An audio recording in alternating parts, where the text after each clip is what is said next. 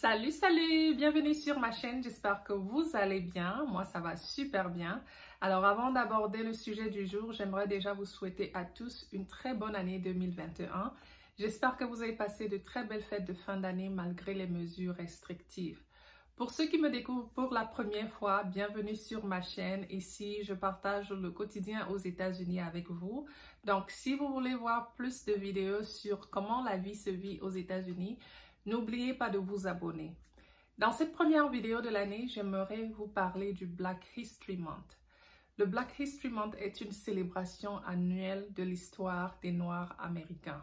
On ne peut pas parler du Black History Month sans mentionner le père fondateur de cette célébration qui est Carter Godwin Woodson. Carter était non seulement un historien, un écrivain, mais il a été le deuxième noir à obtenir son diplôme de doctorat de la grande université de Harvard. En 1915, Carter et d'autres intellectuels noirs se sont rendus à Chicago pour participer à une conférence à l'occasion du 50e anniversaire de la libération des Noirs. À son retour de cette conférence, Carter s'est rendu compte que l'histoire des Noirs n'était pas très connue.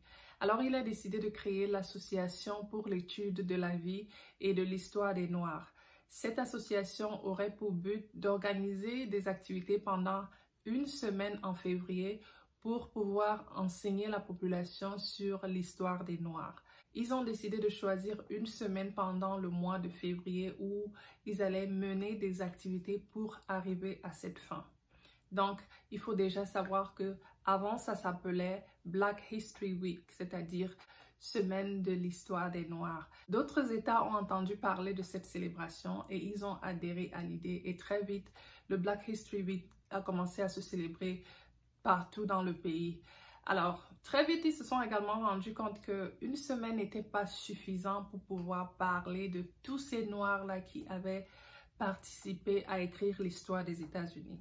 Donc, ils ont décidé d'étendre la célébration sur tout le mois de février.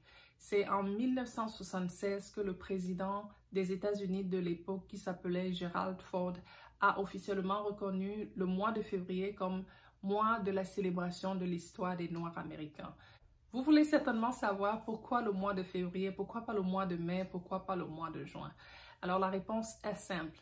Deux principaux acteurs qui ont activement participé à l'abolition de l'esclavage aux États-Unis, dont Frederick Douglass et Abraham Lincoln, sont nés en février. Donc, c'est comme une sorte de reconnaissance pour ce qu'ils avaient fait dans la vie des Noirs que février a été choisi comme mois pour célébrer l'histoire des Noirs. Donc, comme toute célébration, il y a bien sûr beaucoup de choses qui se passent.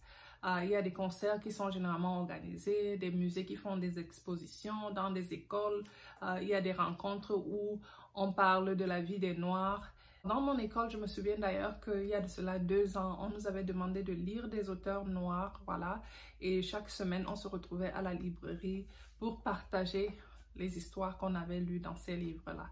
Donc, des grands magasins également encouragent l'entrepreneuriat noir, voilà. Il y a par exemple le magasin Target ici. Si vous allez dans un magasin Target actuellement, vous allez vous rendre compte que à l'entrée, on a mis les créations d'un styliste noir, un peu pour valoriser le travail des Noirs. Voilà, c'est comme ça que ça se passe ici. Nous sommes bien sûr en milieu d'une pandémie, tout ça, il y a beaucoup de choses qu'on ne peut pas organiser actuellement, mais néanmoins, vous pouvez aller assister à des conférences virtuelles en ligne. Si vous ne connaissez pas, par exemple, qui était Martin Luther King ou Rosa Parks, en dehors de faire la recherche sur Google, le mois de février est une occasion pour vous de découvrir qui étaient ces personnes. Alors, j'espère que cette vidéo aura ajouté un plus à votre culture générale et que vous également, vous serez dès à présent à mesure de dire à quelqu'un d'autre c'est quoi le Black History Month aux États-Unis. Merci d'avoir regardé la vidéo. Si vous êtes encore là, portez-vous bien et à la prochaine.